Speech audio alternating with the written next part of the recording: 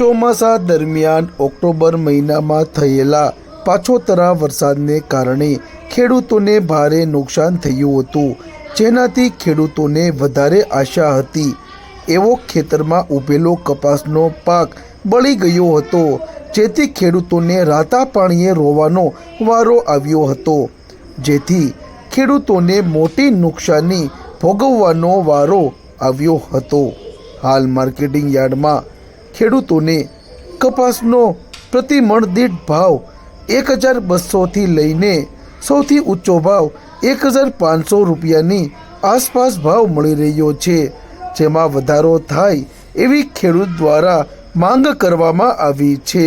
હાલ તો ખેડૂતોને પડ્યા પર પાટું પડ્યું હતું, જેને લઈ ખેડૂતો દ્વારા આ કપાસનો ભાવ વધારો થાય તે અંગે આશા વ્યક્ત કરતાની સાથે માંગ કરવામાં આવી હતી। પ્રવીણભાઈ ક્રમશીભાઈ લાઠિયા। કપાસના ભાવ હાવ અત્યારે હાલની પરિસ્થિતિમાં હાવ ડાઉન છે। 1200થી 1400 જે માંડ રેન્જ આપે છે। આ ભાવ કોઈ કાંઈ પોષણ ન થાય।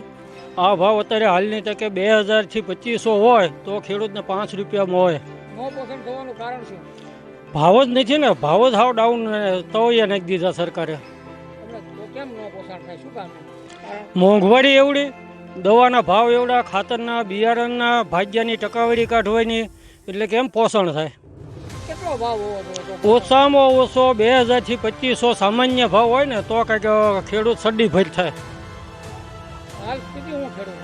હા, સ્થિતિ ખેડૂતની પાસે ખિસ્સામાં ગમે એને પૂછો તો એ 5 રૂપિયા નીકો એવું નથી, કારણ કે મોંઘવારી એવડી, કપાસના ભાવ નહીં।